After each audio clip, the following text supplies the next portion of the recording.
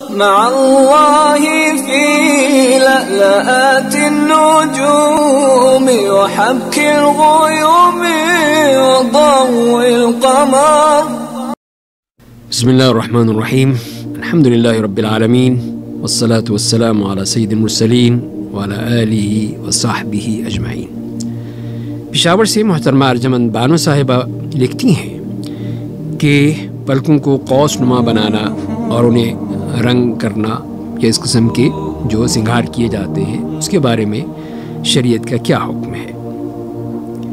اس کے جواب میں عرض یہ ہے کہ بناؤ سنگھار کے باب میں اصل چیز تو یہ ہے کہ وہ جائز ہے اور مباح ہے، جیسے کہ ارشاد باری تعالیٰ ہے قل من حرم زینۃ اللہ التی اخرج لعبادہ والطیبات من الرزق قل ہی للذین آمنوا فی الحیاۃ الدنیا خالصۃ یوم القیامہ کذالک نفصل الآیات لقوم یعلمون. فرمایا کہ آپ کہہ دیجئے کہ کس نے حرام کی اللہ کی زینت اور کھانے پینے کی پاکیزہ چیزیں جو اس نے اپنے بندوں کے لیے پیدا کی ہیں. یہ کہہ دیجئے کہ چیزیں ان لوگوں کے لیے بھی ہیں جو دنیا کی زندگی میں ایمان لائے، جبکہ قیامت کے دن تو صرف انہی کے لیے مخصوص ہوں گی. اسی طرح ہم آیات کو ان لوگوں کے لیے کھول کر بیان کرتے ہیں جو جانتے ہیں. سورۃ الاعراف آیت نمبر 32. اور اگر عورت کوئی شادی شدہ ہے تو بناؤ سنگار کی عادت کے بہت سے فوائد ہیں. اس سے میاں بیوی کے درمیان تعلقات مزید مضبوط ہوتے ہیں، اور عادات کے باب میں اصل بات تو یہی ہے کہ یہ جائز ہیں، جواز ہیں. اور جیسے کہ بارے میں علماء لکھتے ہیں کہ لوگوں کے اقوال و افعال دو طرح کے ہوتے ہیں: عبادت جن کی وجہ سے دین پر عمل ہوتا ہے، اور عادات جن کی دنیاوی امور میں ضرورت پڑتی ہے. تو شرعی اصولوں کو اچھی طرح پرکھنے کے بعد یہ بات معلوم ہوتی ہے کہ اللہ تعالیٰ کی طرف سے جو عبادات فرض کی گئی ہیں یا اللہ تعالیٰ انہیں پسند فرماتا ہے تو ان کے متعلق کوئی بھی چیز شرعی نصوص سے ہی ثابت ہو سکتی ہے، ہم اپنی طرف سے اسے کچھ نہیں کہہ سکتے. جبکہ عادات یعنی ایسے امور جن کا تعلق لوگوں کے دنیاوی رہن سہن کے ساتھ ہے، انہیں ایسا کرنے کی عادت اور ضرورت ہوتی ہے، تو ان کے متعلق اصل کیا ہے؟ وہ جواز ہے. لہذا ان میں صرف وہی کام ہی ممنوع ہوگا جسے اللہ تعالیٰ نے منع فرمایا ہے اور اس کی ممانعت ہمیں مل جاتی ہے.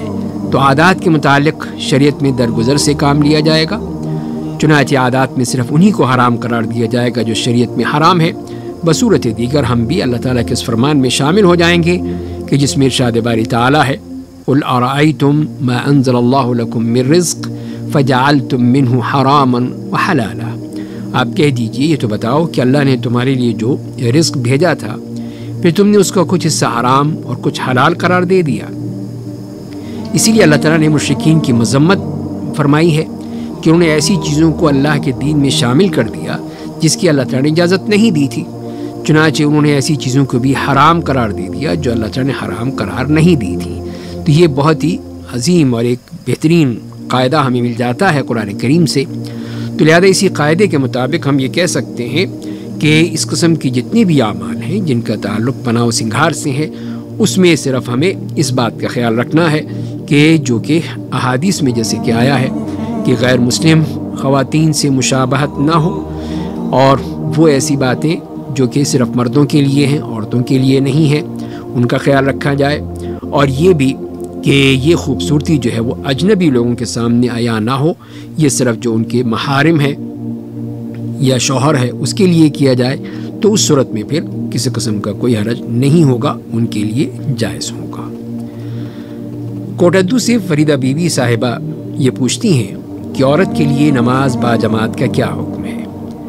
یہ بات واضح رہے کہ تنہا نماز میں اس کے لیے خشوع کے زیادہ مواقع ہوتے ہیں، اور اگر گھر میں والد اور بھائیوں کے ساتھ دوبارہ فرض نماز باجماعت کا موقع ملے تو کیا یہ اس کی نماز نفل شمار ہوگی؟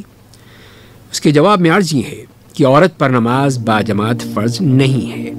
عورت کی گھر میں تنہا نماز مسجد میں باجماعت نماز ادا کرنے سے افضل ہے. اور ہمیں یہ حدیث بھی ملتی ہے ابن عمر رضی اللہ تعالیٰ عنہما کی، جو فرماتے ہیں کہ رسول اللہ صلی اللہ علیہ وسلم نے فرمایا ہے کہ اپنی خواتین کو مسجد میں آنے سے مت روکو، اگرچہ ان کے گھر ان کے لیے بہتر ہے. اور اسی کے بارے میں علماء کرام فرماتے ہیں کہ خواتین پر 5 نمازوں میں سے کوئی بھی نماز مسجد میں باجماعت ادا کرنا واجب نہیں ہے، چاہے نماز فرض ہو یا نفل ہو ان کی گھروں میں نماز مسجد میں ادا کرنے سے بہتر ہے۔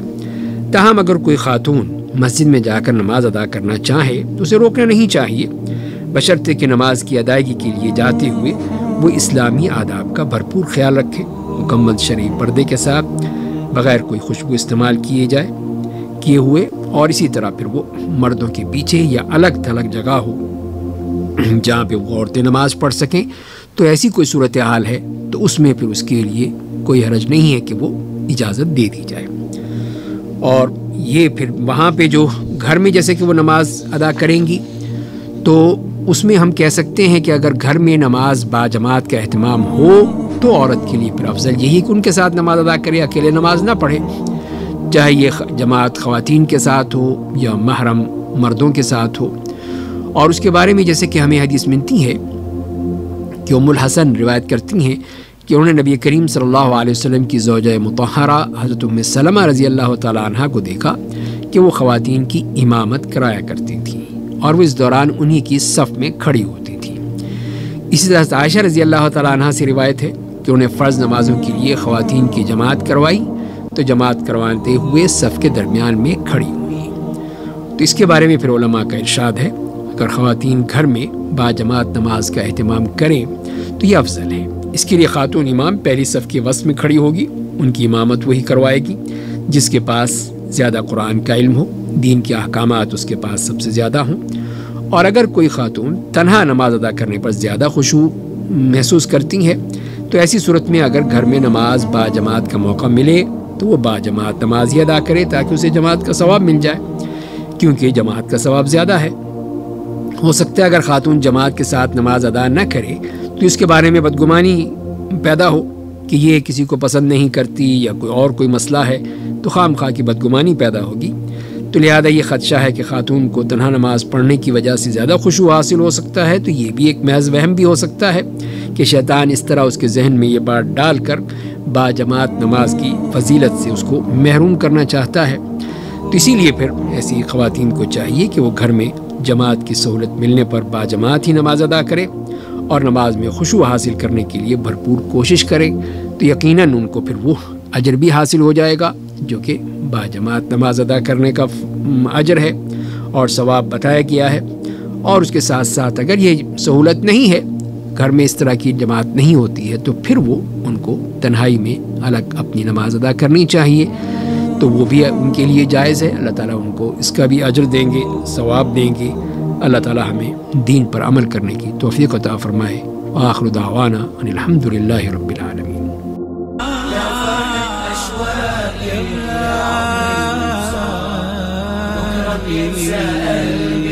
كل أيام الصعب